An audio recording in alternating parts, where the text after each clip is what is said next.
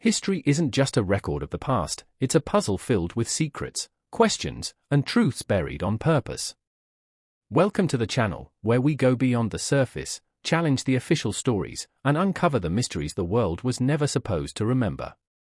If you love lost civilizations, hidden timelines, ancient technology, and shocking historical evidence, you're exactly where you need to be. Before we begin, make sure to like, share, and subscribe so you never miss a discovery that could change what we think we know about history. And watch till the end, because the final reveal is always what ties the entire mystery together. The truth doesn't show up in the first minute, it shows up in the last one. Now, let's get into the video. The discovery that should have rewritten history. In the summer of 1936, an archaeologist named Dr. Elias Harrington unearthed something that should not have existed, at least according to every history book ever written. It was a small stone tablet, no larger than a human hand, found buried under 6 layers of collapsed ruins in eastern Turkey. The inscription carved into it was in a language no scholar had ever seen before, yet the symbols were arranged in a structure unmistakably similar to written alphabets. But the most shocking part was not the language. It was the carbon dating. The tablet was more than 12,000 years old, older than the Sumerians, older than the Egyptian pyramids, older than the officially recognized beginning of civilization. According to mainstream history, writing did not even exist at that time. Humanity was still supposed to be living in caves, hunting mammoths, and discovering fire. Yet here was a manufactured object, cut, shaped, engraved, that proved someone was already building language, thousands of years too early. But the real shock came later. Because a year after the discovery, both the artifact and the official excavation documents disappeared. The museum that was supposed to house it denied ever receiving it. The university that funded the dig erased the expedition records. And Dr. Harrington himself was found dead under unexplained circumstances, his private research confiscated by an unnamed government branch. And that was only the first artifact. It would be decades before the world learned that this pattern was not an accident, because Harrington was not the only one. Across the 20th century, hundreds of discoveries like this surfaced, objects, tools, maps, bones, megalithic structures, that did not match the accepted timeline of human civilization. Every time they surfaced, the result was the same. The discovery was declared misidentified or inconclusive. White heavy check mark the artifact was moved to restricted storage. White heavy check mark the researcher's career was threatened, destroyed, or silenced. White heavy check mark the public narrative of history remained unchanged. So the question becomes, what kind of discovery is so dangerous that it must be erased from history? This is where the story truly begins, not with what was found, but with what was forbidden to remain known. The official position.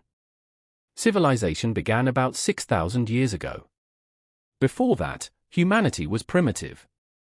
But the puzzle pieces found across the world say otherwise. Artifacts dated 10,000 to 50,000 plus years old show signs of high-precision stone cutting, advanced metallurgy, organized architecture, symbolic writing systems, knowledge of astronomy, global navigation capability. Meaning, civilization did not begin 6,000 years ago. It restarted. Which leads to the most forbidden theory in academic history. Humanity is not the first advanced civilization on Earth. It is the first one allowed to be remembered. The artifact that began the erasure. Dr. Harrington wasn't looking for lost civilizations.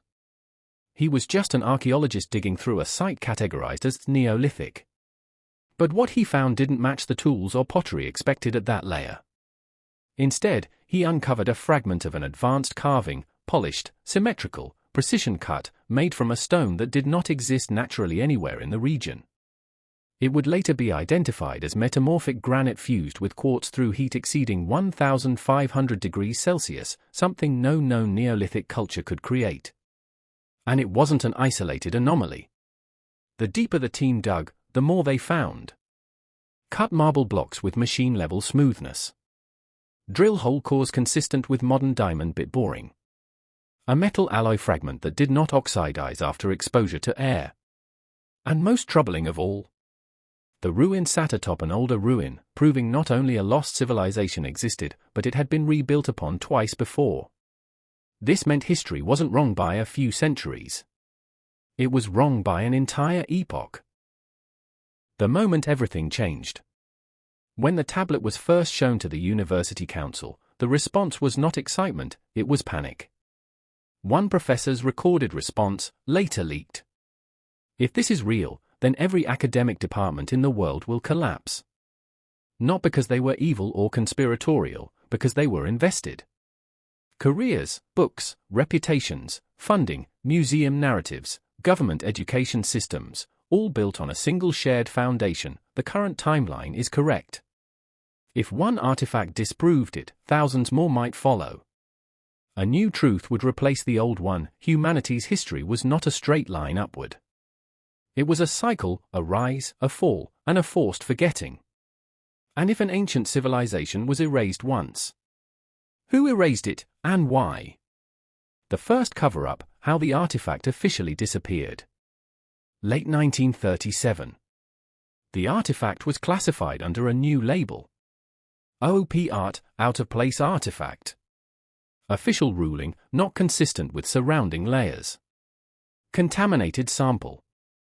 Not valid. Then came the orders. White heavy check mark removed the artifact from public circulation.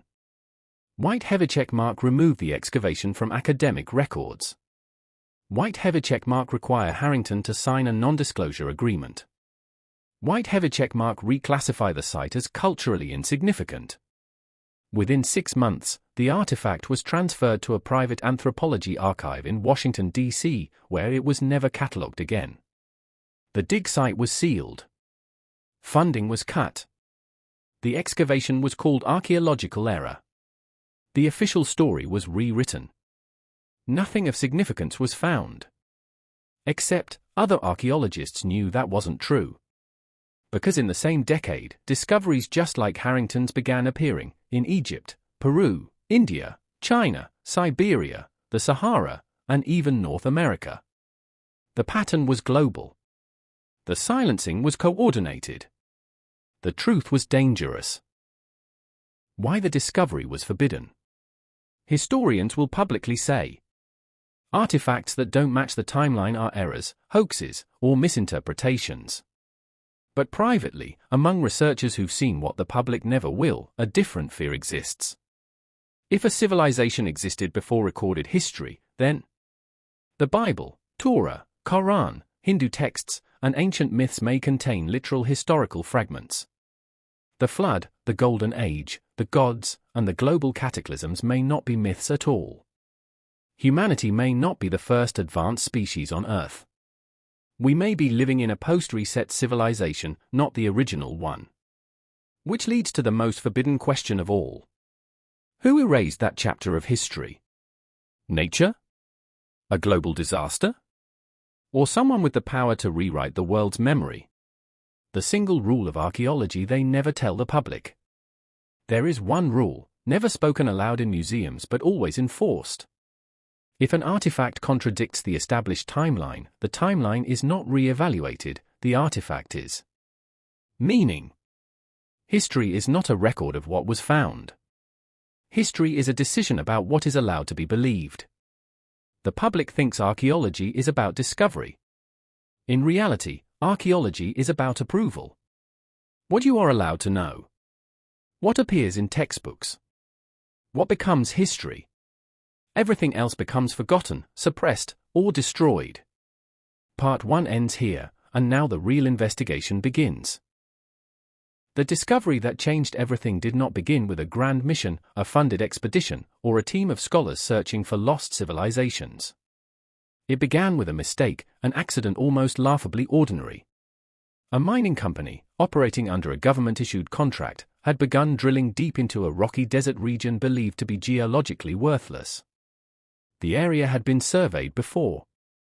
No fossils, no minerals of value, no recorded ancient settlements, no trade routes, nothing that would have drawn the interest of historians or archaeologists. It was, as one official called it, dead land. But history has always shown an odd sense of humor. The greatest discoveries are almost never made in the places where they are expected. They appear where the map insists nothing should exist. And in the scorching heat of that forgotten desert, the drill had struck something that was not stone, not sand, and not natural. The workers had hit a layer that rang, hollow, metallic, unnatural. The drill jammed. Sparks erupted. For a moment, no one understood what they had touched.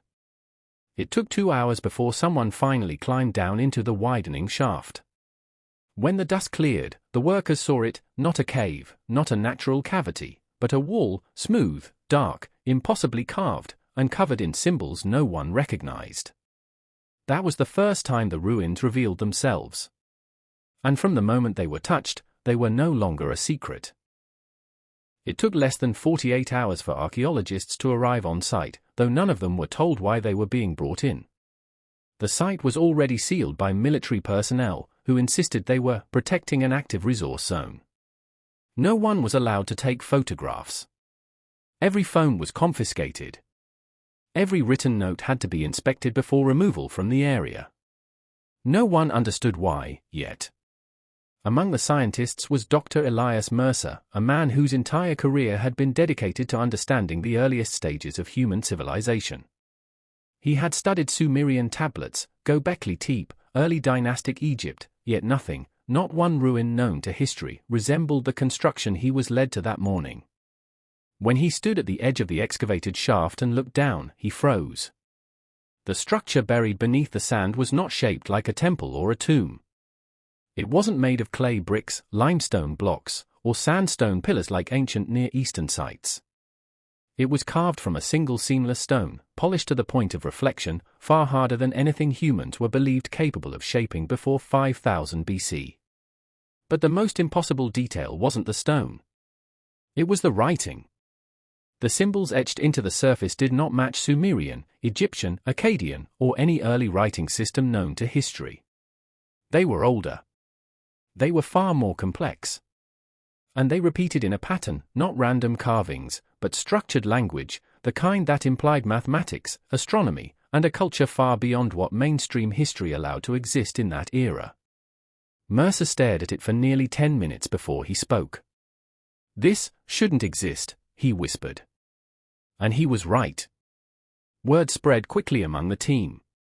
If the carvings could be dated, even roughly, the site would become the most important archaeological discovery in human history. It would mean the timeline of civilization was wrong.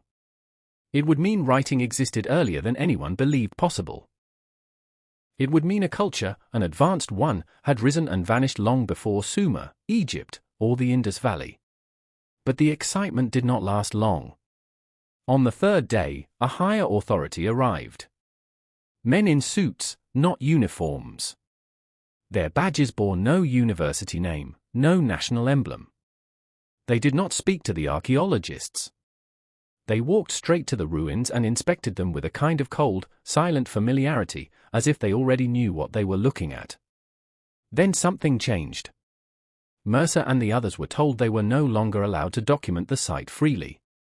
Every sketch, every note, every photograph had to be turned in at the end of the day. Questions about ownership were deflected. Discussions of publishing were shut down. And whispers began circulating, the site was being reclassified, not as a historical find, but as a national security matter. That phrase, national security, always signaled the same thing. The truth was no longer welcome. The first artifact was found on day 5. A stone tablet, half buried beneath collapsed rubble, carried the same unknown script as the wall, but beneath the symbols was an etching. Not an animal, not a god, not a human figure. It was a star map. A star map that showed constellations not as they appear now, but as they would have appeared 13,000 years ago. If the map was real, and if it was original to the tablet, then the ruin was not 4,000 years old, or 6,000, or even 8,000. It belonged to a time long before the accepted beginning of recorded history. A time when, according to mainstream archaeology, humans were still primitive hunter-gatherers with no writing, no astronomy, no architecture. That single tablet was enough to destroy the official timeline of civilization. So of course, it disappeared. Mercer witnessed the moment it was taken. He saw two of the unidentified men lift the tablet, wrap it in a black case, and carry it wordlessly into a private vehicle. No cataloguing. No documentation. No academic record. The artifact was gone, erased before it could ever be studied. And that was when Mercer understood. They were not there to uncover history. They were there to bury it again. That night, he wrote in his private journal, "We did not discover this site. We interrupted someone else's secret." He was not wrong. The signs of earlier excavation began to appear: sand that had been disturbed years before, stone chipped in straight lines, fragments of tools that did not belong to the modern team. Someone had already found these ruins long before the miners ever drilled into them. And someone had ordered the site to be covered again, hidden from history. But they had missed something. A chamber beneath the first wall. A door sealed with metal. When the archaeologists cleared the sand around it, they found carvings far deeper, sharper, and older than the ones above. This part of the structure had not been touched by modern hands. It had been preserved by time itself. And when they forced the ancient doorway open, every person present knew they were looking at something that should not have survived the past 10,000 years. Inside the chamber was a pedestal. And on the pedestal was the second artifact. Not stone. Not bone. Not clay. Metal. An alloy unknown to modern metallurgy, lightweight, uncorroded, engraved with symbols and star maps even more detailed than the first. It should not have been possible. Metal artifacts that old should have oxidized, crumbled, vanished. But this one was perfect, untouched by time, as if placed there yesterday. And the moment it was uncovered, the military sealed the chamber. The archaeologists were forced out. And the artifact was locked away like a weapon. The message was clear. This was no longer archaeology. This was containment. Mercer tried to protest. He argued, pleaded, demanded that the discovery be allowed to reach the scientific community. He was told to stand down. Then he was told to sign a non-disclosure agreement. Then he was threatened with the loss of his career, his funding, and his freedom. He signed nothing. That night, he attempted to smuggle a copy of his notes out of the camp. He didn't make it to the gate. His journal, the only record of what had been found, was confiscated. But one page survived. A page that he tore from the back, slipped into his boot, and never surrendered. It read, "The artifact proves too much. It proves civilization did not begin. It restarted." And with those 3 words, everything changed. Not one missing civilization. Not one lost empire. But a cycle, a rise, a collapse, a buried past erased from memory. A chapter of history deliberately removed, because if the world knew it had happened once, it might begin to ask who erased it. And why. The ruins were sealed. The desert was restricted. The discovery was buried again. And all that remained was a single page from a journal. A warning that history was not what we believed. A reminder that something came before us. Something advanced. Something forgotten. But the story was not over. Because one artifact was still missing. The one no one knew about. The one still underground. The one that was never found by the officials. The artifact that proved the missing chapter was not only real, but about to resurface. The officials believed they had secured everything. The first tablet was taken. The metal artifact was locked away. The ruins were sealed. The archaeologists were silenced.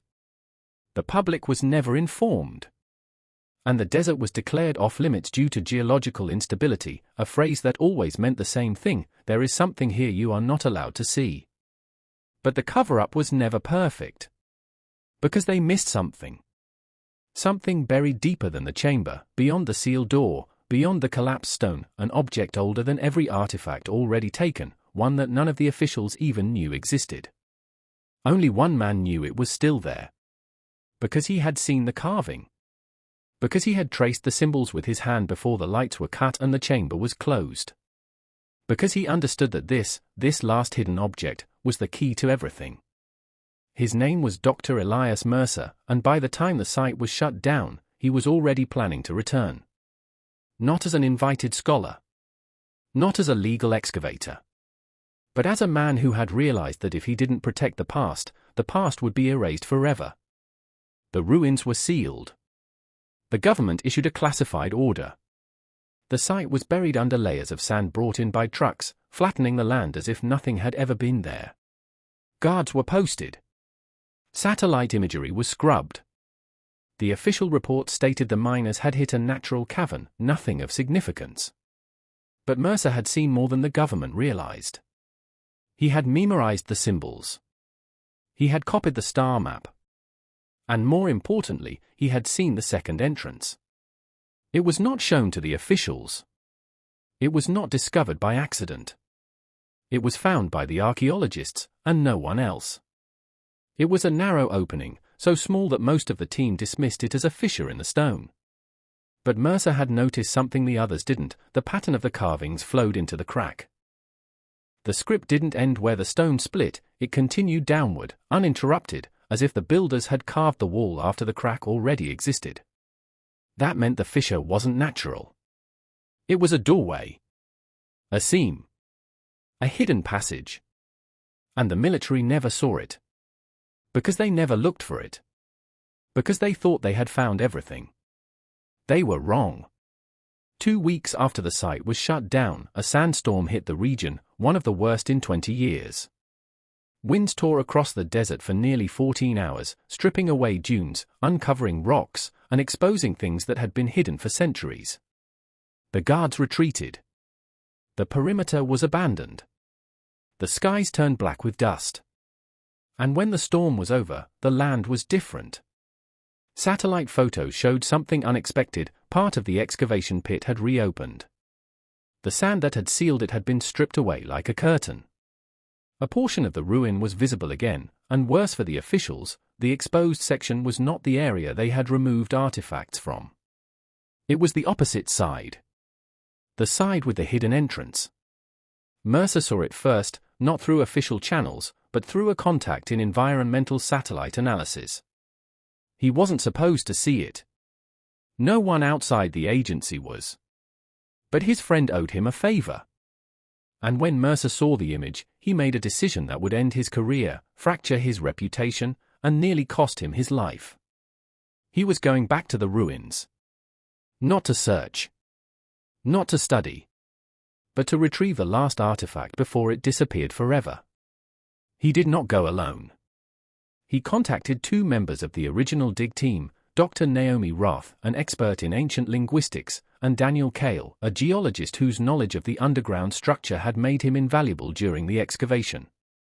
Both had also been threatened into silence. Both had watched priceless history disappear into unmarked cases. Both had seen the same thing in Mercer's eyes the night the ruins were taken from them. This cannot be allowed to die. They met in a small, rented house far from the site, no phones, no laptops, no traceable signals. Mercer laid out the surviving journal page, the copied symbols, and the map of the entrance the officials had never discovered. He didn't have to convince them. They already knew. If they didn't act now, the last untouched evidence of a forgotten civilization would be lost forever, and the truth about humanity's past would go with it. Roth said it first, quietly. History isn't just being rewritten. It's being deleted. And with that, the decision was made. They were going back. Traveling to the site was not simple. It was still under restricted monitoring. Drones scanned the perimeter. Unmarked vehicles patrolled the area intermittently. Access roads were barricaded, and anyone found near the zone was detained for questioning. But Mercer knew something the guards did not. Archaeologists are not trained only to dig into the earth. They are trained to go unseen. They spend months in hostile environments. They learn to enter silently, to move without disturbing fragile structures, to navigate darkness, because ancient ruins don't come with electricity or clear paths. They waited until night. They crossed the sand on foot, no vehicles, no lights. They carried no metal tools, no electronics, nothing that infrared could trace. The wind had exposed part of the wall again. The carvings were visible like ghosts in the moonlight, the symbols glowing faintly as the sand reflected the night sky. Mercer reached out and touched them again, just as he had the first time. But now, there was no one to stop him. The hidden entrance was still there. A fissure just wide enough for a human body to squeeze through, leading into darkness, untouched by the officials, untouched by the military, untouched by time. Cale secured the rope. Roth lit a small chemical lamp, no flame, no heat signature. Mercer went first. And just like that, they entered history through a doorway no one else had ever passed through.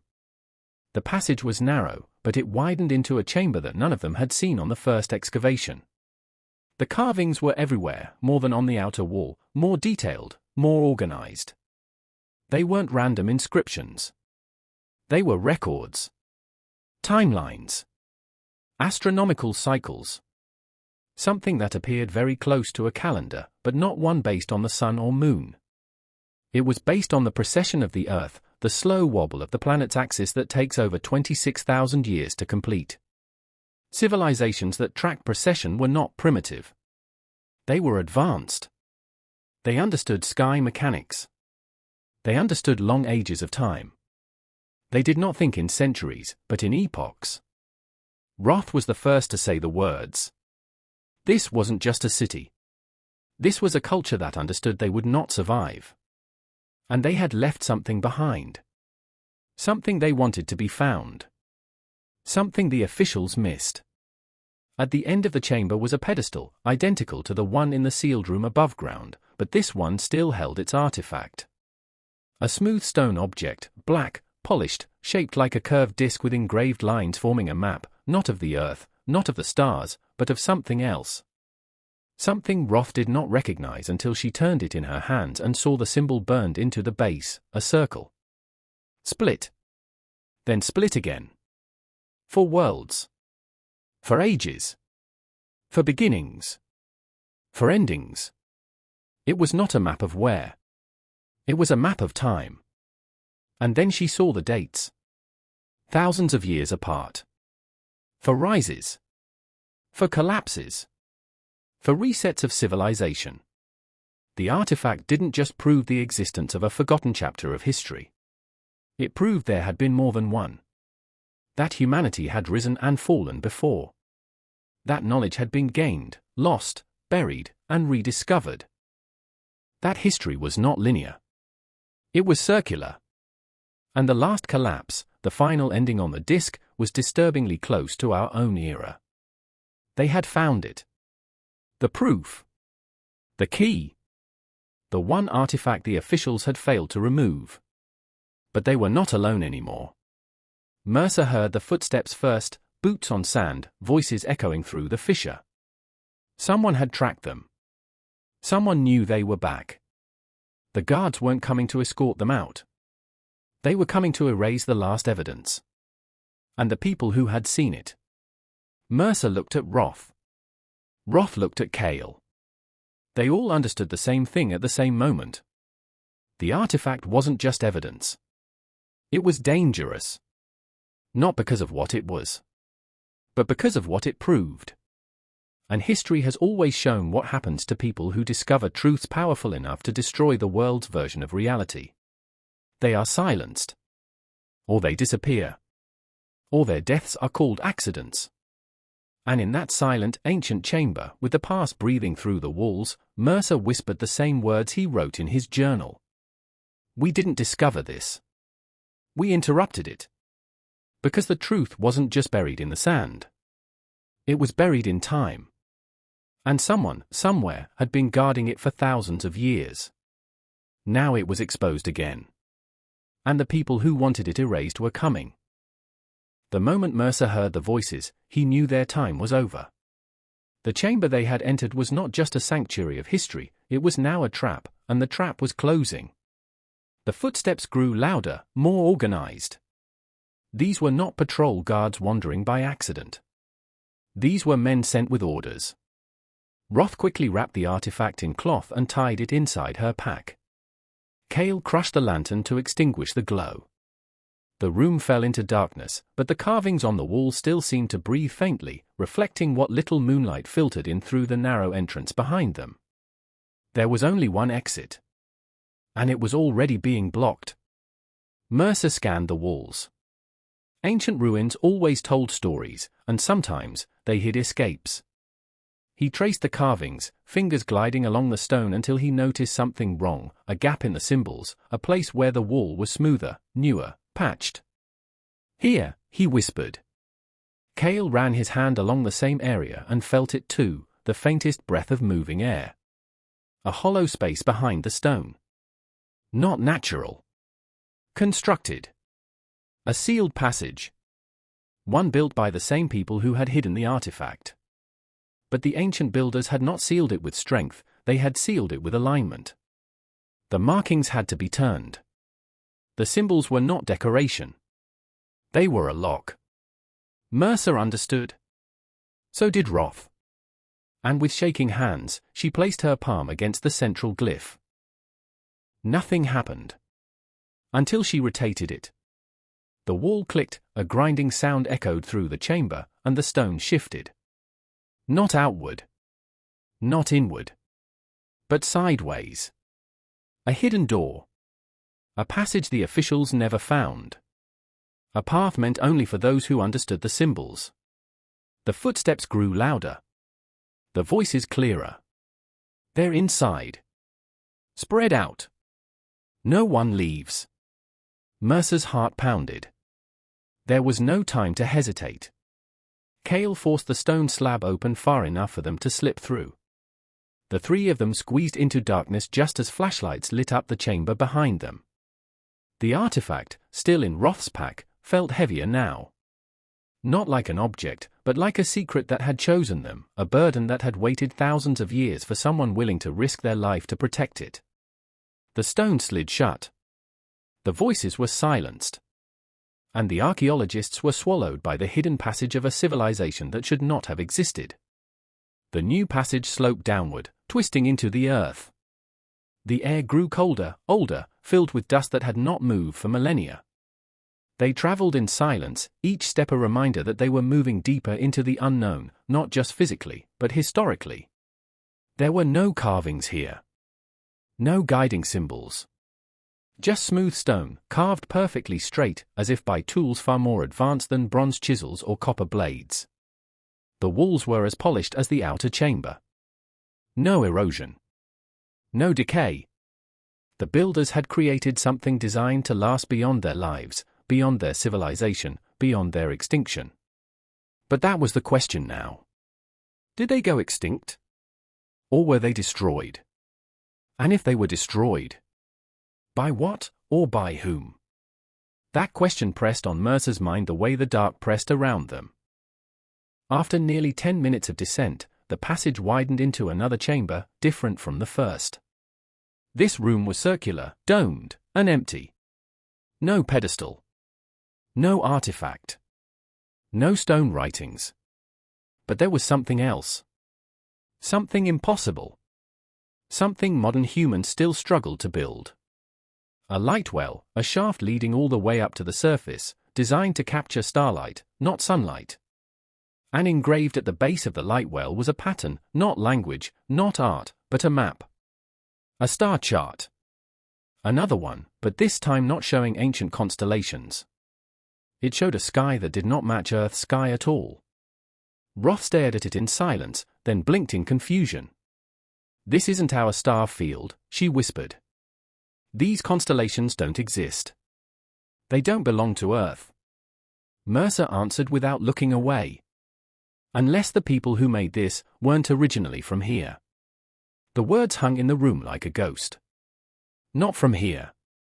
Not born on Earth. Not a lost civilization, but a relocated one. A surviving remnant.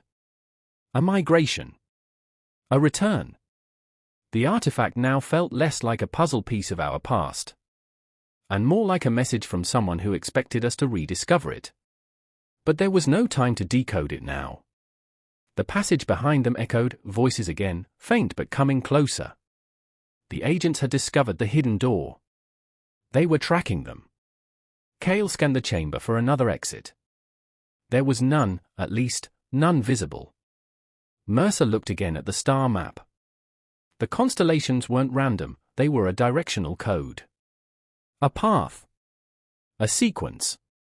And then he saw it. For dots. For lines. A cross intersection matching the ceiling's central point. He looked up and saw the faint outline of a hatch. A vertical escape. A route to the surface.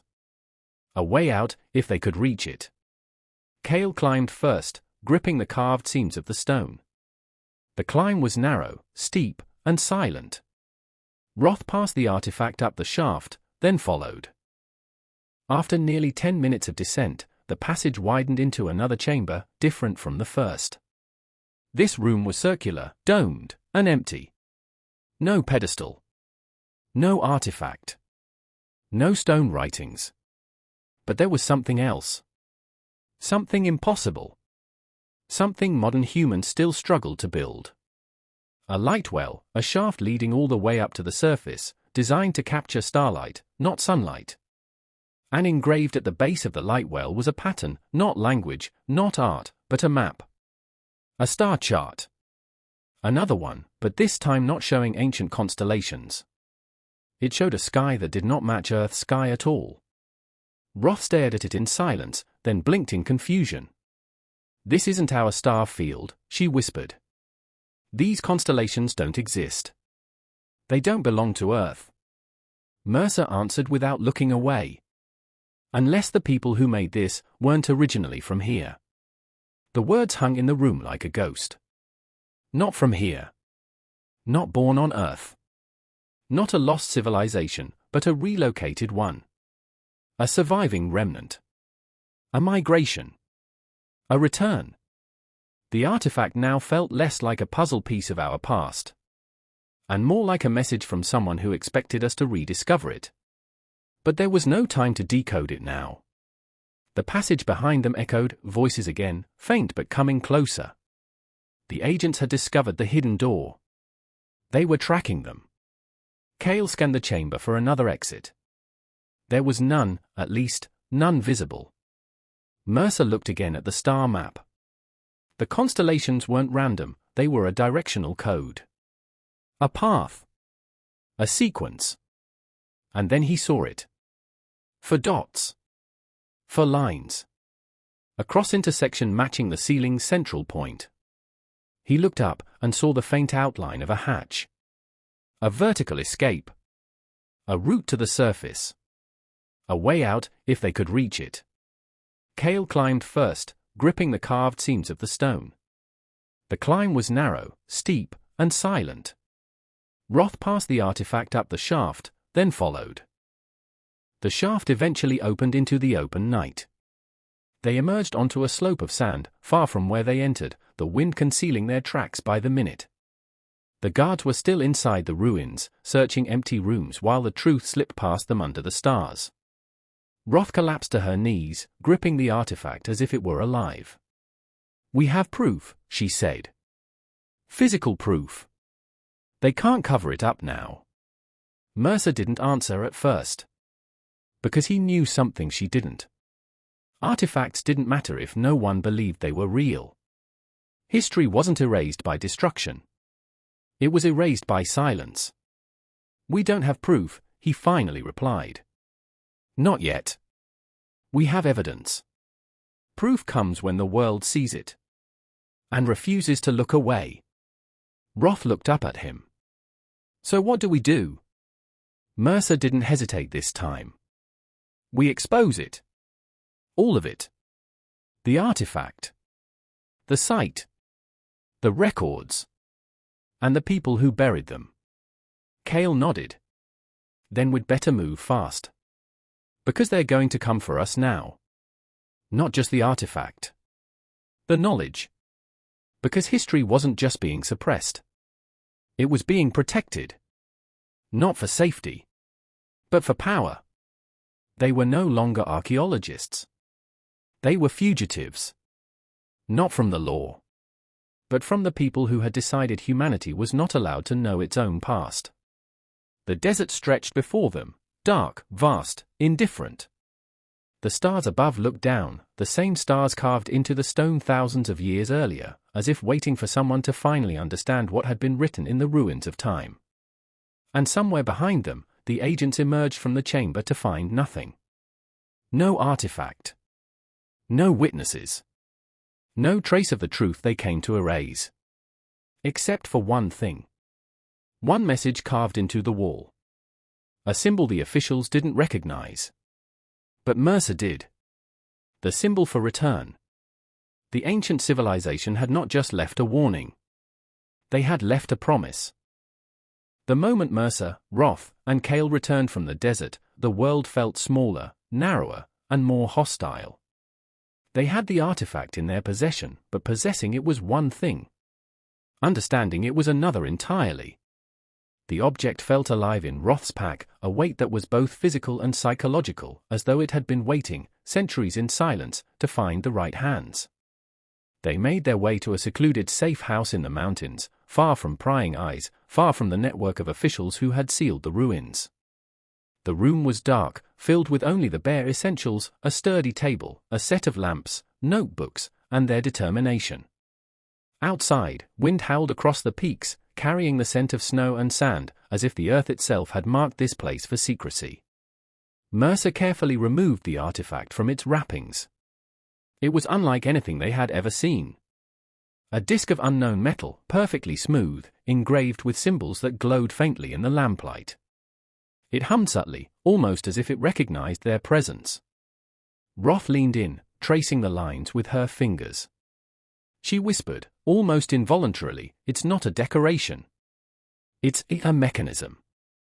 Cale examined the edges. The metal was lightweight, resistant to corrosion, and contained lines that resembled circuits, though no modern scientist would have recognized them as such. The artifact was ancient, yet engineered with precision that modern technology could scarcely reproduce. Every curve, every symbol, every groove had meaning. Mercer placed his hand on the disc. A tremor ran through his fingers, almost imperceptible, but enough to make Roth and Cale step back. It was as though the artifact responded to touch. Then, with a barely audible click, the disc shifted slightly in his palm, revealing a hidden layer underneath, a map, unlike any Earth map they had seen before. The map depicted continents that did not exist on modern geological records. Mountains stretched in impossible patterns. Oceans carved paths through unknown lands. And along the edges, a series of symbols, the same script Mercer had memorized in the desert, etched coordinates in an unknown system of longitude and latitude. Roth gasped. This isn't just a map. It's a record. A world that once was, or perhaps a world that is meant to exist. The implications were staggering. If this artifact was authentic, and Mercer had no doubt it was, it meant that human history as they knew it was incomplete. Entire civilizations had risen and fallen, leaving artifacts and knowledge that had been deliberately hidden. The ruins in the desert were just one piece of a global puzzle. And now, they held the key to understanding it. Over the next several hours, they attempted to decipher the symbols. Roth used her knowledge of ancient scripts, comparing it with Harrington's journal fragments and other suppressed findings she had collected over the years. Slowly, patterns emerged. The symbols weren't just language, they were instructions. Coordinates. Warnings. Records of events. Cale noted the precision of the engineering. This isn't meant to be read as a text. It's meant to be operated. Someone designed this artifact as a device, not a message. Then, almost without warning, the artifact responded. A faint glow emanated from the lines Roth had traced. Small vibrations traveled through the table. A mechanical sound, soft but distinct, echoed through the room. Mercer froze. It's activating. The disk rotated slowly, exposing inner layers. Small compartments revealed themselves, each containing fragments of metal, small prisms, and etched plates. As the pieces clicked into alignment, the artifact began projecting something onto the walls of the room, not light, not holograms in the modern sense, but a precise, glowing map of time and space. The projections depicted cycles of rise and collapse. Entire cities constructed in perfect geometrical patterns, then suddenly abandoned or destroyed. Oceans rising and falling. Stars moving in patterns that had not been recorded in any astronomical log. Roth pointed at the projections. These are the histories. They're showing the past, our past. And not just ours. The artifact is projecting the world as it was before written history began.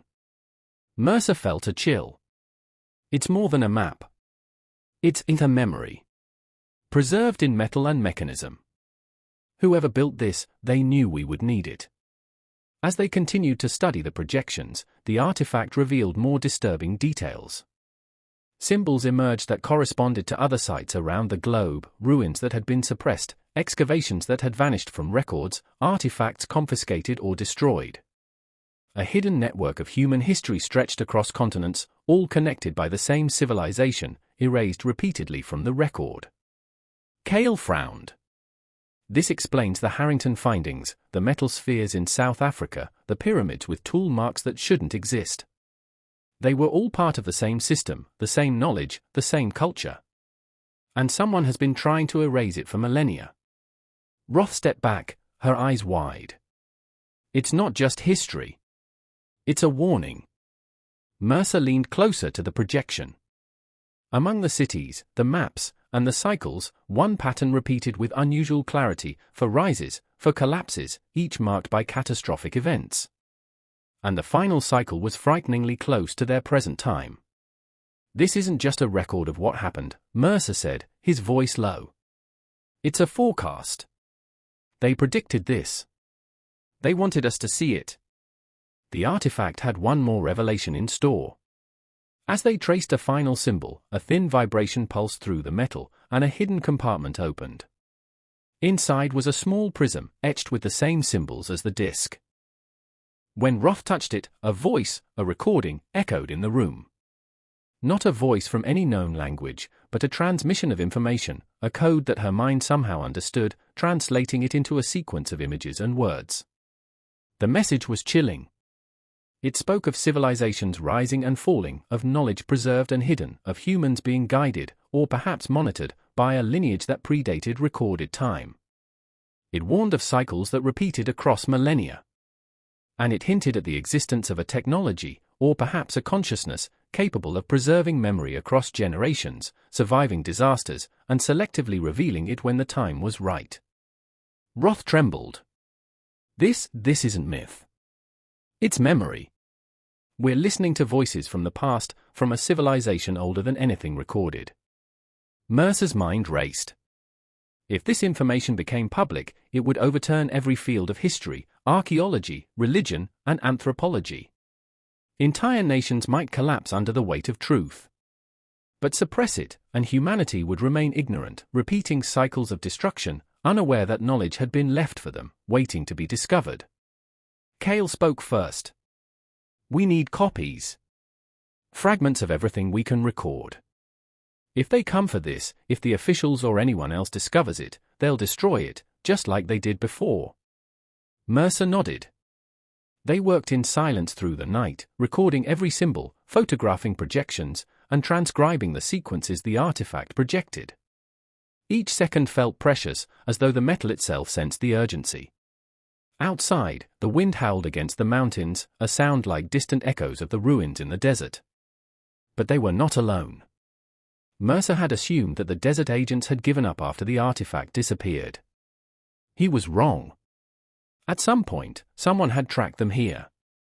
By morning, there would be questions, searches, and attempts to reclaim the disk. They were fugitives now, custodians of a secret humanity was not ready to see. Roth held the prism in her hands. It's giving us knowledge, but also a choice. Do we reveal it? Or do we hide it again, like they did for thousands of years? Mercer looked at her, and then at Cale. The past belongs to everyone. We don't get to decide that. But we do get to survive long enough to show it. And as dawn broke over the mountains, the artifact pulsed faintly, as if acknowledging their decision. It had waited thousands of years for someone to understand its purpose. Now it had chosen them. The cycle of discovery had begun anew. And this time, there was no going back. The artifact rested quietly on the table, its subtle hum vibrating through the room like the heartbeat of a hidden world. Mercer, Roth, and Cale had worked through the night, transcribing symbols, documenting projections, and decoding the prism's message. By dawn, they understood one undeniable truth: the desert ruins were only the beginning. What they held in their hands was a piece of a global puzzle, a fragment of a civilization that had existed long before any recorded history, and whose traces had been systematically erased across continents. Mercer stared at the projections once more. Patterns were emerging: maps of ancient cities, coastal settlements now submerged beneath oceans, and inland hubs that no modern historian had ever recorded. Symbols indicated timelines and cycles. Each location connected to the other in a web of knowledge, trade, and perhaps governance.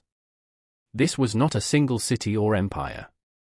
This was a network, spanning the globe, lost to time and secrecy. "We've been lied to," Mercer said softly. Not just about the past, but about the scale of human civilization. Entire continents of knowledge, erased. Cale nodded grimly. "And someone doesn't want us to find it. That much is clear. Every artifact we've seen has been confiscated or destroyed. Every ruin covered. Someone's been systematically deleting history for millennia." Roth traced her fingers along the symbols. "Look at this. These inscriptions aren't just records, they're warnings. They reference astronomical events, floods, climate shifts, and collapses. And they're all aligned with cycles that repeat every few thousand years." Mercer felt a cold certainty. Then the past wasn't just erased, it was being guided. Managed. Observed. Their first task was to cross-reference the data from the artifact with known but obscure archaeological anomalies. Roth had access to some classified databases from her prior work, fragments of suppressed findings, hidden dig reports, photographs of ruins that were never published. When the projections of the artifact were overlaid on the maps, the coincidences were staggering. In South America, ancient cities aligned perfectly with the coordinates indicated by the disk. Submerged pyramids off the coast of India, forgotten megaliths in Africa, pre-dynastic constructions in the Middle East, each was connected in a pattern spanning millennia. The same four cycles Mercer had seen on the artifact appeared again and again: rise, peak, collapse, and erasure. Cale leaned back, exhausted. "This isn't just history. It's a warning system. They preserved it to tell the future what we've already forgotten." Roth swallowed hard. "Or what we're about to repeat." Mercer's mind raced. If their interpretation was correct, the artifact was not just a record, it was a mechanism designed to survive humanity's repeated failures, to preserve knowledge for those who might awaken to it again. And now, they had awakened. The question was simple: how many other artifacts existed? The prism had suggested dozens. Some may still survive, hidden in inaccessible ruins, buried beneath sand, or submerged beneath water. Others may have been destroyed. And each one held information that could either illuminate the truth or, in the wrong hands, weaponize it. Mercer realized the stakes were higher than he had first imagined. Governments had already intervened once. Secretive agencies, military contractors, and unknown intermediaries had taken the first artifacts. It was likely they were searching for the remaining pieces. And if the artifact truly represented knowledge of lost civilizations, it also contained secrets powerful enough to alter geopolitics, technology, and religion. "We need allies," Roth said. "People who understand the gravity of this. Not politicians, not historians, they'll never understand. We need scientists, cryptographers, astronomers, people who can interpret this properly and keep it safe." Mercer shook his head. "No one can know about it yet. If they find out, the first thing they'll do is take it from us. We're the only ones who can ensure it survives long enough to be studied properly." And with that, a decision was made: they would build a network in secret. Not a government network. Not a university. A network of trusted individuals who could gradually decode the messages, preserve the artifacts, and, eventually, reveal the truth when the world was ready or when hiding it was no longer safe. Over the next weeks, the three moved cautiously. They traveled under assumed identities, meeting experts in remote locations, sharing fragments of the data. Roth's knowledge of languages allowed her to decode subtle patterns in the inscriptions, revealing layers of meaning the artifact alone did not explicitly display. Cale studied the metal composition, realizing it was far more sophisticated than any known alloy, resistant not only to corrosion but to extreme temperatures, radiation, and chemical reactions. Mercer focused on mapping the global network, overlaying known archaeological sites with the artifact's projections, creating a tentative timeline. Then, one evening, the artifact revealed something they hadn't anticipated. A new projection appeared, sudden, startling, and almost deliberate. Roth gasped. It's a location. The disk displayed a region in Central Asia where no major ruins were recorded. The coordinates matched a remote mountain valley, seemingly inaccessible. But the artifact symbol suggested it was an active site. Someone had preserved this location deliberately. And buried there, according to the projections, was a device unlike anything they had encountered before. Mercer understood immediately. It's a key. Not a historical record, not a warning, this is a device. Something that could activate the rest of the network. Cale's face went pale. If the government, or whoever is tracking us, finds this first. We don't want to imagine it, Mercer said, his voice low. We move quickly, and we move carefully. We cannot fail. The journey to Central Asia was perilous. Flights were monitored, and remote travel brought them close to detection multiple times. But by combining stealth, ancient knowledge, and a series of untraceable routes, they reached the mountains without incident. The valley was hidden from aerial view, shielded by natural cliffs and unpredictable weather patterns. And there, partially buried under centuries of snowmelt and rock slides, they found the entrance the artifact had indicated. It was carved directly into the mountain, a monumental structure that predated all known civilizations. The doorway was covered with symbols, warnings, and intricate mechanisms similar to the disk. Mercer ran his hand over the stone and felt a resonance, an almost imperceptible vibration. The artifact hummed in his pack, as if recognizing its companion. Roth examined the inscriptions. These are instructions, she said. Not for us, but for the artifact. We have to align it, place it, and activate it. Or at least, unlock it. Cale frowned. We have no idea what could happen if we do. There's no telling what kind of mechanism this is or what it's meant to release. Mercer's expression hardened. We don't have a choice. We're too far in. And whatever is inside this valley, it's part of the same civilization that created the desert ruins. If we leave it alone, it will either be destroyed or buried again. And the knowledge will vanish forever. Inside the mountain, the team discovered a complex network of chambers, each sealed with mechanisms that mirrored the disk's inscriptions. As they carefully placed the artifact in a central alcove, the metal hummed and rotated, aligning perfectly with embedded grooves in the stone. A deep vibration ran through the mountain, echoing through the valley outside. The walls began to glow faintly, and Roth whispered, "It's alive." Then, as if responding to centuries of silence, the device activated. A soft hum turned into a resonant tone, projecting light patterns across the walls. Symbols shifted, rearranged, and animated. The artifact was no longer just a record, it was a transmitter. It began to communicate with other hidden sites, triggering responses in ways Mercer had only theorized. And then they saw it, maps, star charts, timelines, and messages appearing in the air like a network of living memory. Locations across the globe began to align. They were witnessing the infrastructure of a lost civilization, a system of knowledge and preservation deliberately designed to survive millennia. Mercer swallowed hard.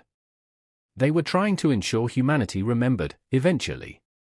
But even as awe consumed them, Roth's eyes widened. Symbols flashed warnings, a new cycle approaching. Floods, collapses, and societal upheaval were marked with dates terrifyingly close to the present. Cale muttered, "It's not just history. They're telling us what will happen unless we act." Mercer nodded grimly. "And that's why they erased it before. Knowledge this powerful, it can't be controlled." Outside, the wind howled through the mountains. The artifact pulsed faintly, echoing the heartbeat of a civilization lost to time, but now awakening in secret. Humanity had been given a chance, but the window was closing. They had stepped into the web of forgotten history, and the consequences of their actions would ripple across the world. The artifact's activation was more than a signal, it was a summons.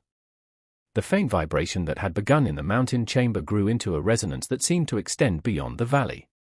It was subtle at first, imperceptible to the wind, but Mercer, Roth, and Cale felt it through the soles of their boots, through the walls of the chamber, and through the artifact itself. They were not just observers, they were participants in a sequence designed millennia ago, a sequence that humanity had stumbled into by accident. Roth traced her hands over the glowing symbols. "It's reaching out," she whispered. "Not just to us, but to everything. The other sites, the buried artifacts, they're reacting. It's like a network coming online after thousands of years." Cale nodded, unease written across his face. "And we've been given the controls." Mercer studied the projections.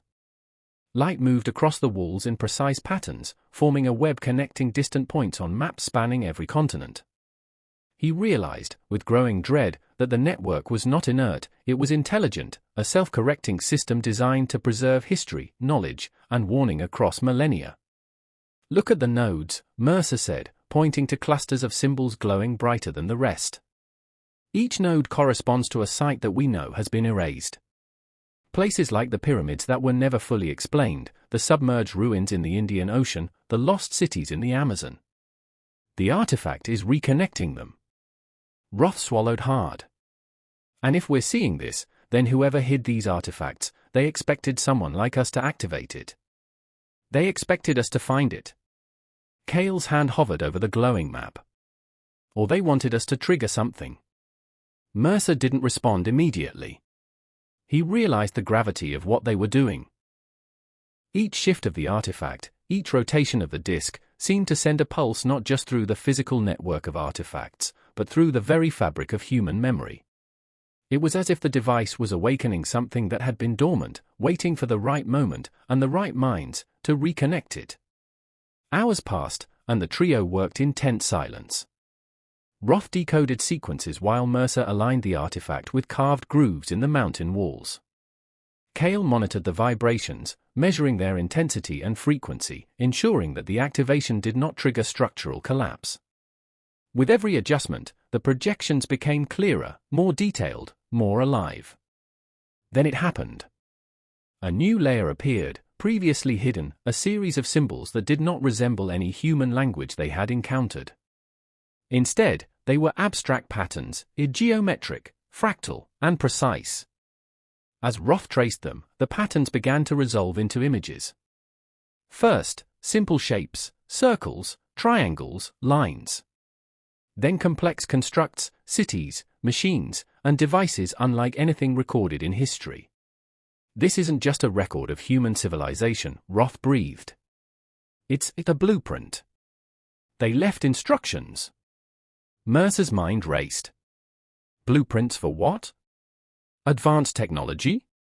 Architecture? Or something else entirely? The projections shifted again. The blueprints began to move, showing the collapse and reconstruction of cities, the rise and fall of civilizations, and the creation of artifacts like the one in their hands. Symbols indicated the use of energy sources unknown to modern science, machines capable of preserving and transmitting information across vast distances. Cale shivered. This isn't just history. It's a legacy. As the night wore on, the artifact began to reveal a pattern in time. The 4 cycles Mercer had observed earlier were displayed in full: rise, peak, collapse, and erasure. Each cycle spanned thousands of years, but the most recent collapse was marked with unprecedented detail: maps of continents, flooding patterns, migration routes, and depopulation events. Roth's voice trembled. This is the last warning. They predicted our era. Everything here points to the near future. If these cycles continue, humanity will repeat the same mistakes. Mercer's hands tightened around the artifact. And that's why they hid it. Knowledge this powerful could destroy empires, religions, governments, or it could save them. But if it falls into the wrong hands... Cale didn't finish the sentence. They all knew. The agents, the governments, the secret organizations that had already confiscated other artifacts, they would stop at nothing to control this knowledge. To erase it. To preserve the version of history that suited them. The artifact pulsed suddenly, projecting a sequence of images that made them all step back. A city rose in the projection, tall towers, streets, bridges, and canals, all in perfect geometrical alignment. Then it collapsed in an instant, engulfed in water and fire. Symbols appeared, a message of warning, a record of failure. This is a civilization that came before us, Roth whispered. They were advanced, and yet they fell. And each cycle repeats the same mistakes. Mercer realized the implication. The cycles were not just historical, they were predictive. The artifact was showing them what humanity was capable of repeating if the knowledge remained hidden. They were looking at the proof that human history had been deliberately erased, not out of necessity, but to prevent knowledge from guiding future generations. Then, the artifact revealed something even more unsettling. A hidden layer emerged, a series of coordinates and dates. Not for ancient events, but for events in their lifetime, in the near future. Roth gasped. They're predicting what's coming. These sites, these disasters, they're imminent. Cale's voice was barely a whisper. It's a countdown. And we're part of it now. Mercer knew she was right. By activating the artifact, they had stepped into the sequence. They were no longer mere observers. They had become participants, custodians, and targets. Whoever, or whatever, had constructed this network expected someone to awaken it. And now the world would notice. As dawn approached, the artifact's projections began to shift again, revealing one final sequence. This time, it was not a map, a blueprint, or a warning. It was a message, recorded in a form they could barely comprehend, an encoded transmission from the civilization itself. It spoke not in words, but in memory, visions, sequences, and instructions that could be interpreted if one had the knowledge to decode it. Roth's hands flew over the prism, translating, recording, and interpreting. It's a message, she said. From the builders. They're telling us everything, how to prevent the collapse. How to preserve knowledge. How to survive. Mercer felt a chill. Then that's why they erased history. Not to hide it, but to protect it. They needed humanity to survive long enough to be ready for this knowledge. Cale's eyes were wide. And if the wrong people get it first? Mercer didn't answer. The artifact pulsed again, faster this time, as if sensing the urgency. Outside the mountain, the wind picked up. Distant lights flickered. Helicopters? Drones? Agents on their trail? The hidden civilization, thought long gone, had left humanity a choice: ignore the warnings and repeat the cycles, or embrace the knowledge and change the future. But the artifact had made one thing clear: it would not wait forever. Somewhere across the world, other artifacts were reacting. Buried sites in Africa, Asia, and South America began to resonate faintly, as if acknowledging the activation. The web of lost history was coming alive. And for Mercer, Roth, and Cale, one truth became undeniable: the past was waking up. And the future, humanity's next chapter, would depend entirely on what they did next. The first tremors of change did not arrive with explosions or sirens. They arrived in whispers. Strange readings appeared in scientific stations across the globe: magnetic fluctuations, unusual energy spikes, and anomalies in satellite telemetry. No one could explain them. The world's governments dismissed most of the events as equipment errors, but some intelligence agencies noticed patterns too precise to be coincidental. Mercer, Roth, and Cale watched the news cautiously, aware that every alert, every anomaly could mean someone else had traced the artifact's activation. They knew the artifact had begun to communicate with other hidden devices, as intended, and that the awakening of this network would inevitably draw attention. Roth had compiled the projections into a secure database. Maps of lost cities, submerged ruins, and unknown civilizations glimmered on her laptop. She traced connections between the desert ruins, the Central Asian Valley, and other points indicated by the artifact.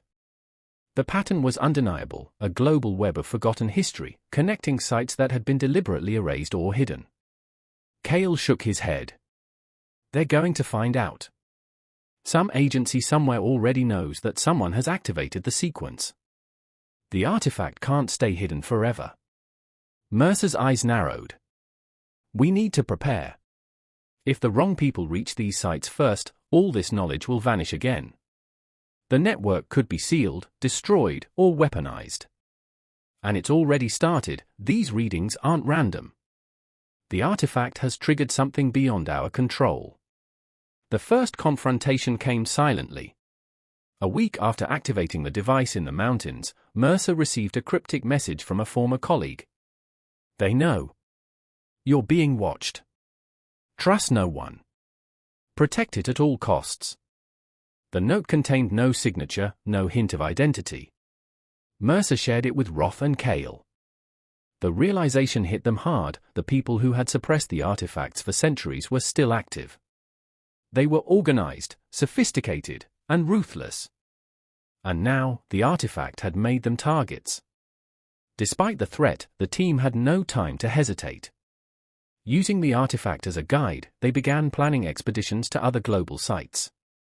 Each location promised discoveries that could redefine history, but each also presented dangers far beyond natural hazards, hidden traps, booby-trap chambers, and modern surveillance. The past had been erased not only to hide knowledge but to protect it from those who would misuse it. Roth spoke softly, almost to herself. Every artifact we uncover could shift everything we know about humanity. Every ruin, every symbol, every record, it's all evidence that we've been lied to. Mercer leaned back, his gaze on the projections. And the lie was deliberate. History isn't just recorded, it's curated. And we've just interrupted the curators. As they prepared for their next journey, signals from the artifact intensified. Cale monitored the energy pulses that radiated from the disk in their possession. They were synchronized with coordinates on Roth's projections, indicating that other artifacts, buried for millennia, were now awake. Each pulse was like a heartbeat of history, a call across time and space. Then, reports began to surface in obscure corners of the internet. Amateur satellite analysts, hikers in remote regions, and even fishermen off distant coasts noticed ruins and patterns that had no explanation.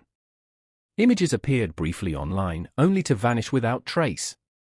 For the first time, fragments of humanity began to glimpse the hidden past, even as governments scrambled to contain the information. Mercer understood immediately, the artifact's awakening could not be contained. Its network was too vast, too interconnected. It was as though the civilization that created it had anticipated modern technology and knew that no power could suppress it entirely. Roth studied the projections late one night. She traced lines connecting ancient pyramids in Egypt, underwater ruins in the Mediterranean, and megaliths in South America. They weren't just building monuments, she said quietly. They were building a system. A network of knowledge. And they hid it everywhere. But now, it's coming back online. Cale shivered. And someone will try to claim it before anyone else can understand it. Governments, corporations, maybe even militarized secret societies. We're going to be in a race against people who don't care what they destroy. Mercer's jaw tightened. Then we have no choice. We move first, we document first, we survive first. The world isn't ready, but it's waking up anyway. Weeks passed. The team traveled cautiously, uncovering sites that had long been erased from memory. In the Amazon, they discovered submerged stone structures, precisely aligned with celestial markers. Off the coast of India, underwater pyramids reflected light in a pattern matching the artifact's projections. And in the deserts of Africa, hidden chambers revealed inscriptions detailing the cycles of civilization, collapse, and rebirth, echoing the 4 cycles Mercer had first observed in the original disk. Every site deepened the mystery.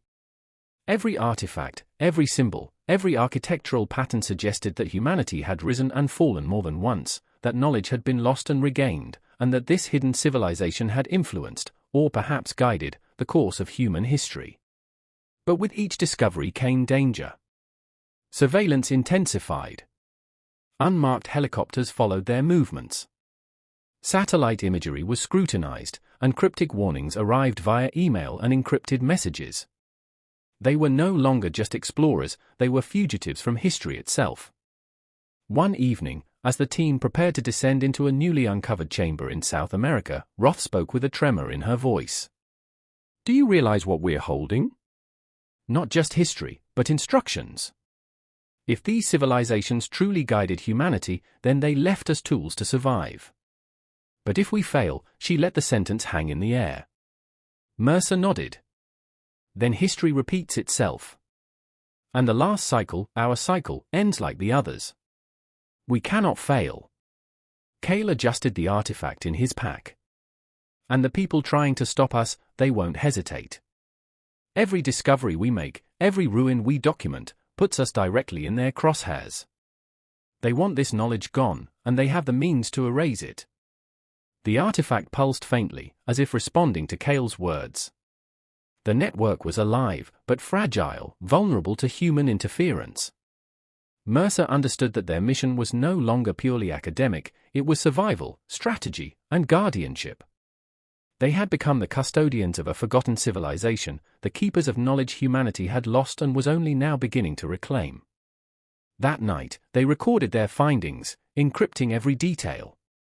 Roth's projections revealed hidden messages within the inscriptions, instructions for preserving artifacts, warnings of repeating cycles, and coordinates to further undiscovered sites. Mercer realized the implications. The network of forgotten history was not just passive, it was instructive. It was guiding them, shaping their actions, and preparing them to awaken the knowledge safely. Cale studied the artifact's pulse. "It's teaching us," he said. "Or maybe it's testing us. Every site we uncover, every symbol we decode, it's like a curriculum designed for survival." Roth shivered. "Or a warning.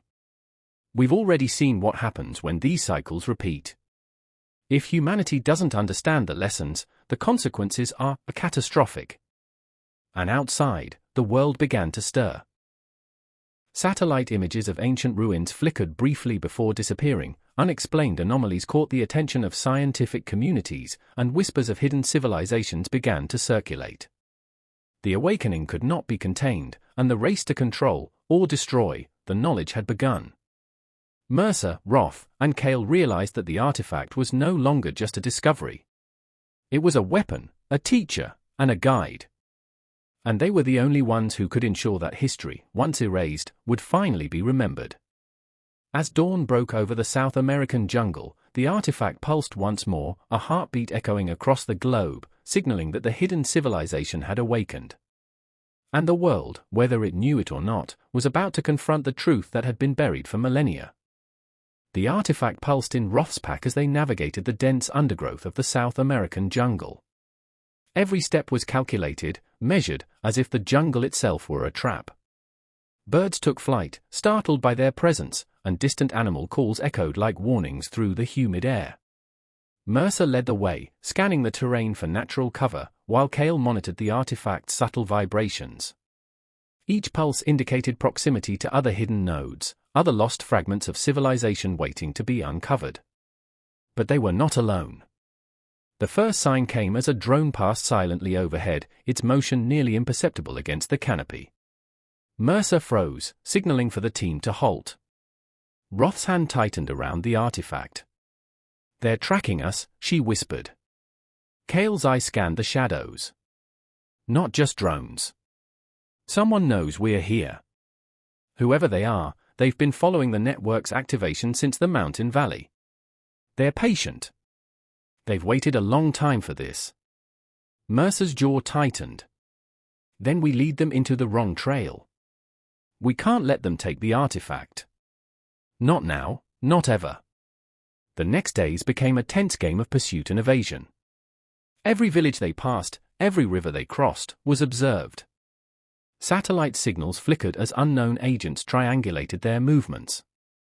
They learned quickly that these were not ordinary officials or researchers, they were a covert organization with access to military-grade technology and intelligence networks. Their goal was clear: confiscate the artifact, erase all traces, and continue the centuries-old campaign to suppress the truth. Roth analyzed the artifact as they moved, projecting its maps onto a portable display. "There's another site nearby," she said, pointing at a glowing node deep within the Andes. "It's aligned with the disk. If we reach it, we might uncover the next fragment of this civilization." Cale exhaled sharply. "And we'll probably have company. They know we're moving toward it." Mercer nodded. "Then we don't run blindly. We prepare." They set traps and diversions, using natural terrain to mask their approach. Thorny underbrush, jagged cliffs, and river crossings were leveraged as obstacles to slow their pursuers. Yet despite their efforts, they felt the shadow of tracking, unseen eyes, subtle vibrations in the artifact, signals intercepted from the outside world. It was a reminder that the artifact's awakening had consequences. The global web of forgotten history was not meant to remain hidden, and those who had spent centuries erasing it were beginning to act decisively. By nightfall, they reached the coordinates Roth had projected. The entrance to the site was concealed beneath centuries of rock slides and vegetation. Mercer carefully cleared a path while Roth studied the inscriptions on the exposed stones. "These glyphs are warnings," she said, her voice trembling. "Not for us, but for anyone who would take the artifact without understanding. They're telling us exactly how to proceed." Cale examined the artifact. "It's reacting to this location more strongly than any other site we've visited. The pulses are synchronized. Something's about to happen." They entered a narrow tunnel that descended into the earth, the walls etched with symbols similar to the ones they had seen in the desert ruins and the mountain valley. The artifact hummed in Roth's hands, a resonance that grew stronger as they moved deeper. Then, suddenly, a low rumble shook the tunnel. Mercer's heart pounded. "Stay sharp. This could be a natural collapse, or a warning mechanism." The rumble intensified, and the walls glowed faintly with ancient inscriptions, activated by the artifact's presence. It was as though the civilization that built this place had anticipated intruders, but only those who understood the artifact could proceed safely. And then they saw them. Figures emerged from hidden alcoves, cloaked and silent. Their movements were precise, coordinated, almost inhuman. Weapons glinted in the faint light, and their presence exuded authority, menace, and purpose. Mercer froze for a split second, then took a deep breath. "They're here," he whispered. Roth held the artifact tightly. "We can't fight them. Not head-on. We can't risk losing the disk." Cale nodded. "Then we lead them into the chamber. The artifact knows the way." They moved cautiously, following a spiraling tunnel that led to a central chamber. The artifact pulsed faster with each step, illuminating inscriptions on the walls that guided their path. Mercer realized that the ancient builders had designed not just traps, but paths, routes that could only be navigated by understanding their symbols. Their pursuers, however skilled, would not comprehend the glyphs in time. The chamber opened into a vast space, its walls covered with glowing symbols, and in the center, a pedestal perfectly aligned with the artifact.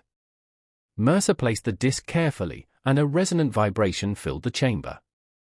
Light patterns radiated across the walls, and the artifact's pulse intensified until it became a constant hum, vibrating through the stone floor and walls. The cloaked figures hesitated at the entrance. Mercer understood why. The chamber was not just a site, it was a mechanism. Anyone unfamiliar with the artifact could not advance without triggering traps or activating defenses. Roth traced the symbols, whispering incantations of interpretation. As she did, the room responded, the floor shifted slightly, revealing hidden platforms, and a bridge formed over a deep pit.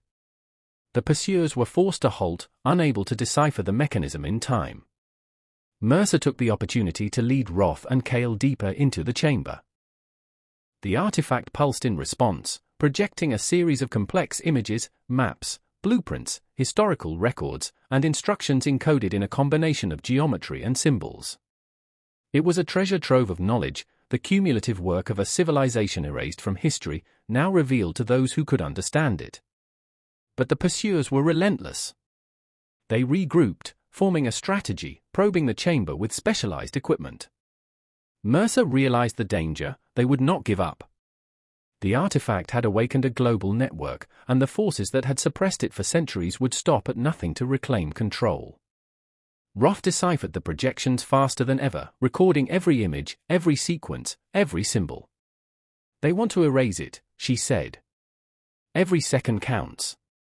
We need to secure as much knowledge as possible before they find a way in." Cale checked their exits. "There's only one path out that won't trigger the defenses. We move fast, and we move smart. They're dangerous, but they're not invincible. The artifact is on our side, for now."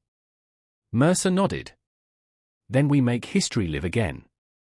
The chamber pulsed brighter, and the artifact began to hum in a tone that resonated with the natural frequencies of the stone. Mercer realized it was more than a warning or a record, it was a guardian. It had waited millennia to awaken, and now it would guide its protectors through the dangers imposed by those who sought to erase history again. As they prepared to leave, Roth glanced at Mercer. "Do you realize what this means? The people chasing us, they're part of the same cycle. They've been here before. They know history, but they fear it." Mercer swallowed hard. "Then we make sure the cycle ends here. We survive. We preserve the knowledge. And we show the world what they tried to hide." Outside the chamber, the jungle was silent. But Mercer knew better. The shadow pursuit would continue, relentless and patient. They were no longer merely explorers, they were custodians of a civilization's legacy. And the race to awaken humanity's lost history had only just begun. By the time Mercer, Roth, and Cale emerged from the chamber in South America, the world had already begun to stir. The artifact's network was no longer local, it had reached across continents, awakening sites that had been buried, submerged, or hidden for millennia. Remote scientific stations reported unexplainable seismic vibrations. Underwater explorations detected anomalies off the coasts of Asia and Africa. Satellite imagery, briefly accessible to independent analysts, revealed geometrical patterns in landscapes that had been considered natural formations. The team realized the magnitude of what they had set in motion. They had activated a civilization's memory, a system designed to preserve history and knowledge across millennia. And now, the world, whether it knew it or not, was beginning to notice. Roth pored over the artifact's projections, tracing a global network of hidden sites. "Every continent," she said, her voice trembling, "every civilization they erased, it's all coming back online. The artifact isn't just a record. It's a network. And it's waking up everything." Cale ran simulations on his portable equipment. "The pulses aren't random. They're signals. Some kind of energy or information flow connecting these sites. Whoever built this, they planned for a moment exactly like this." Mercer's jaw tightened. "And the world is completely unprepared. Governments, scientists, militaries, they're seeing fragments but don't understand the connections. They're going to respond, and it won't be cautious." Their fears were justified. Within days, unusual activity was reported worldwide. In the deserts of Africa, satellite anomalies revealed previously hidden structures beneath sand dunes. Military drones were dispatched to investigate, but most equipment failed mysteriously near the sites. Submerged cities off the coast of India began transmitting faint electromagnetic signals, puzzling oceanographic teams. Equipment malfunctioned inexplicably. Remote archaeological digs in Siberia and Central Asia reported sudden collapses of excavation walls, though no natural cause could be identified. Mercer realized the artifact's network was protecting itself. Each site had been designed not only to preserve knowledge but to shield it from those unprepared to understand or respect it. And yet, the signals were being intercepted. Someone, or some organization, was tracking the awakening. Roth stared at her laptop screen. Look at this pattern. The network isn't passive. It's adaptive. It's responding to human activity. Every interference triggers a reaction, a safeguard, a redirection. The civilization that built this, they anticipated our world. They designed it to survive even us. Cale shook his head. If the wrong people get control of one of these nodes, they could weaponize it. Not just knowledge, energy, technology, or control over information itself. Mercer knew she was right. The forces that had suppressed these civilizations for centuries were patient, powerful, and ruthless. They had already retrieved other artifacts in the past, erasing evidence, silencing witnesses. Now, with the network awakened, they would act with unprecedented urgency. As they moved to the next site, deep in the mountains of Central Asia, Roth noticed something unsettling, faint patterns projected by the artifact that seemed to map human settlements and modern infrastructure. It's predictive, she said, her voice low. Not just history, it's anticipating human activity, technology, even government responses. The artifact knows the world is awake, and it's preparing accordingly. Cale's eyes widened. Do you mean, it's calculating what's going to happen? Roth nodded. Exactly. It's adaptive. It's designed to awaken in stages, protecting knowledge while ensuring the world will be ready if we can survive long enough to guide it. Mercer understood the implication. They were not just uncovering history, they were being tested. The network had chosen them as custodians, but it would judge whether humanity was prepared to inherit knowledge that had been deliberately erased. Meanwhile, the global response accelerated. Intelligence agencies intercepted unusual electromagnetic signatures, attributing them to experimental military technologies. Satellite reconnaissance picked up anomalies in regions previously considered uninhabited. Cryptic news reports appeared of unexplained structures emerging in deserts, jungles, and oceans. Conspiracies flourished online, but most attempts to access or understand the signals failed. Equipment malfunctioned, communication lines were disrupted, an agent sent to investigate disappeared without explanation. Mercer, Roth, and Cale realized that the artifact's network was actively defending itself. The hidden civilization had embedded safeguards to prevent knowledge from being misused, a protection that now manifested as inexplicable anomalies to the modern world. At their Central Asian site, they discovered the next artifact, a cylindrical device inscribed with the same glyphs, but more advanced, with intricate mechanical components and compartments containing metallic prisms. Roth immediately began decoding the inscriptions, while Cale examined the alloy. Mercer studied the surroundings, aware that any misstep could trigger defenses or alert their pursuers. The artifact in the mountains was just the beginning, Roth said. This one, it's more than a record. It's an interface. It's meant to connect the network and transmit knowledge. Mercer nodded. Then we proceed carefully. We can't activate it fully until we understand the consequences. But if we fail, someone else will, and the network could fall into the wrong hands. As they worked, subtle pulses from the artifact began projecting light patterns on the chamber walls, diagrams of cities, machines, energy systems, and astronomical data. The inscription seemed to form a complex algorithm, a mechanism not only for storing history, but for guiding civilization.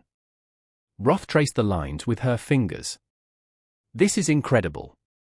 It's as if the civilization left instructions for humanity, not just what happened, but how to survive, how to build, how to understand the cycles they endured. They're leaving a blueprint for a civilization that could last millennia, if we follow it. Cale frowned. And if we don't? Roth swallowed hard. Then the cycles repeat. And history, the real history, remains lost forever. Mercer realized the weight of their responsibility. They were no longer merely explorers or archaeologists, they were guardians of humanity's lost legacy, entrusted with knowledge that could alter the fate of the world. The artifact network was awakening globally, revealing hidden civilizations, and reshaping human understanding. And the forces that sought to suppress it were closing in. Outside, the winds of Central Asia stirred over the mountains. Satellites captured anomalies in the desert below. Drones hovered, unmarked, while unseen observers tracked the team's movements. The artifact pulsed in resonance with the Earth itself, signaling to other hidden sites, awakening fragments of a forgotten world. Mercer, Roth, and Cale stood in the central chamber, staring at the projections. "The world is waking up," Mercer said quietly. "And now, there's no turning back." Roth nodded. "We have to ensure humanity sees it, survives it, and learns from it. Otherwise..." Cale's voice trailed off as the artifact pulsed brighter, almost sentient in its rhythm. The network was alive, vast, an awakening. And the race against time, against those who would erase history again, had entered its most dangerous phase. The global awakening had begun. Civilization's hidden past was no longer buried. And humanity's next chapter depended entirely on the choices of three people, a single artifact, and the legacy of a civilization older than any memory had ever preserved. The artifact pulsed with a resonance that seemed to echo through the very bones of the Earth. Mercer, Roth, and Cale stood at the center of the Central Asian chamber, surrounded by projections of civilizations that had long vanished, machines that defied known physics, and symbols that recorded knowledge humanity had lost. After months of perilous travel, secret discoveries, and near captures, the trio realized the truth: the artifacts were not merely historical records, they were a deliberate gift, a survival system left by a civilization whose memory had been erased from the world. Roth traced the glowing symbols on the walls. They didn't just hide history. They preserved it, tested it, and prepared it for the right moment. They wanted someone to awaken it, someone who could understand it, who could guide humanity. Cale shook his head in disbelief. "And if we fail? If the wrong hands get this knowledge?" Mercer's expression hardened. "Then the cycles repeat. Civilizations rise, peak, collapse, and are erased. That's why they hid it. But they left us the tools to change it, if we can survive the people who've been trying to suppress it for centuries." As they activated the central device, the artifact's hum grew into a low, constant tone that resonated with every hidden site across the globe. Light patterns projected onto the walls, forming a living map of the ancient civilization's network. Cities, ruins, and machines emerged in three-dimensional projections, some submerged underwater, others buried beneath sand or ice. Each site pulsed faintly, like beacons responding to the artifact. Roth deciphered the inscriptions rapidly. "These are instructions," she said, awe in her voice. "Not just for understanding history, but for rebuilding knowledge. Architecture, energy systems, agricultural methods, astronomical calculations, even ethical and social frameworks. They left humanity a blueprint for survival, for avoiding the mistakes that destroyed their civilizations before ours." Cale frowned. "And what about the cycles? How do we prevent them?" Roth's eyes met Mercer's. "By following the network. By decoding and preserving every artifact, every site, and every symbol. This is a system designed to awaken humanity to its own potential and guide it away from destruction. But it requires stewardship." Mercer nodded. "Then we become custodians. The world isn't ready, but we can start. Step by step, artifact by artifact." Outside, global activity escalated. Governments, corporations, and secret organizations were now fully aware of the anomalies. Military satellites and drones monitored regions where artifacts had awakened, unaware that the devices themselves were adaptive, defensive, and in some cases, actively concealing their locations. Humanity was on the verge of discovery, but most were not prepared to understand what they were witnessing. Meanwhile, the network itself began to respond. Sites around the world activated in synchrony, submerged pyramids off India's coast emitted electromagnetic pulses, the ruins in the Amazon reflected sunlight in precise patterns, African desert structures revealed hidden chambers to those who approached with care.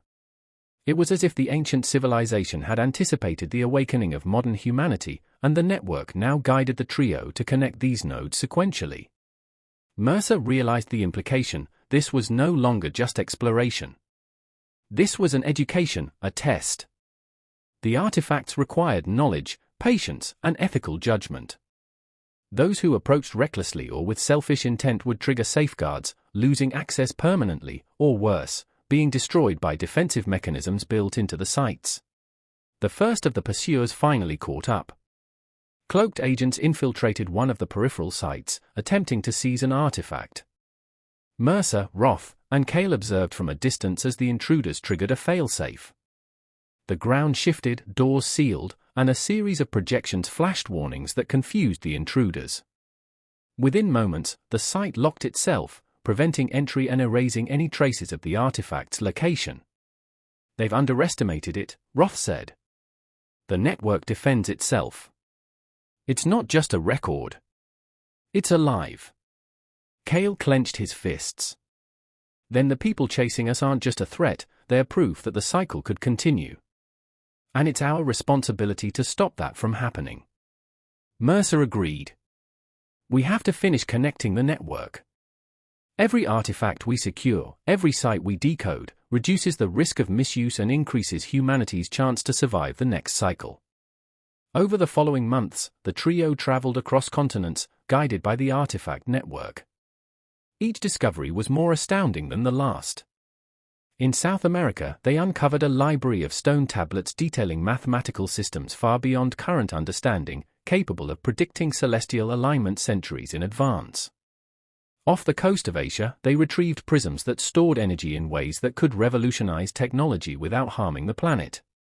In Africa, they discovered agricultural models that could sustain civilizations even in harsh climates, precisely engineered to prevent famine and collapse. Through each site, the artifact communicated, guiding them, teaching them, revealing the civilization's wisdom. It was clear, this was the culmination of a global effort by a people who had foreseen humanity's tendencies and sought to provide a path forward. But the final revelation came at the largest site yet, hidden beneath a glacier in the polar regions. The trio descended into a cavern where a massive construct, half machine, half architectural marvel, awaited. This was the heart of the network, a repository of all knowledge collected over thousands of years. The artifact pulsed violently as they entered, projecting holographic sequences that illustrated the civilization's rise and collapse, the cycles of human history, and the interconnectedness of every artifact and site. Roth's voice trembled. This is the culmination. Every artifact, every site, every projection, it all converges here.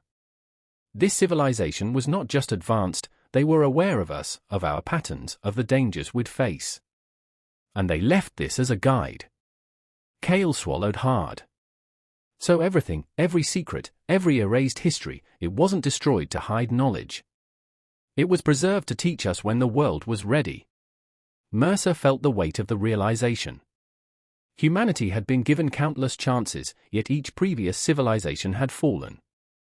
Now, the artifacts provided not just history, but instruction, a survival manual written across millennia, encoded in symbols, machines, and structures, awaiting those who could understand.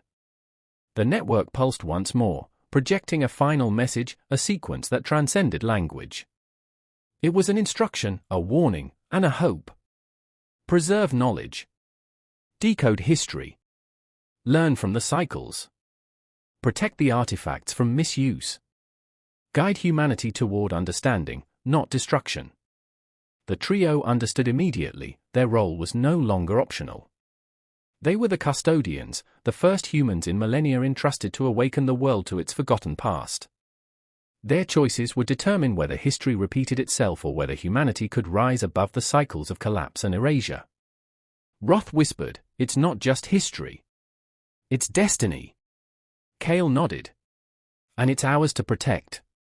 Mercer looked out over the glacier, feeling the weight of the network's resonance. "Then we begin," he said. "We preserve, we teach, we awaken the world. And we ensure the legacy of this civilization, long erased, is never forgotten again." Outside, the polar winds howled, carrying with them the pulse of a civilization that had survived through millennia of secrecy. The network was alive, guiding humanity toward knowledge, survival, and wisdom. And for the first time, the cycle could be broken. The past, once erased, was now remembered. The world's forgotten history had returned, not as myth, not as legend, but as a living, breathing network, capable of teaching humanity the lessons it had ignored for thousands of years. And the future, humanity's next chapter, had finally begun.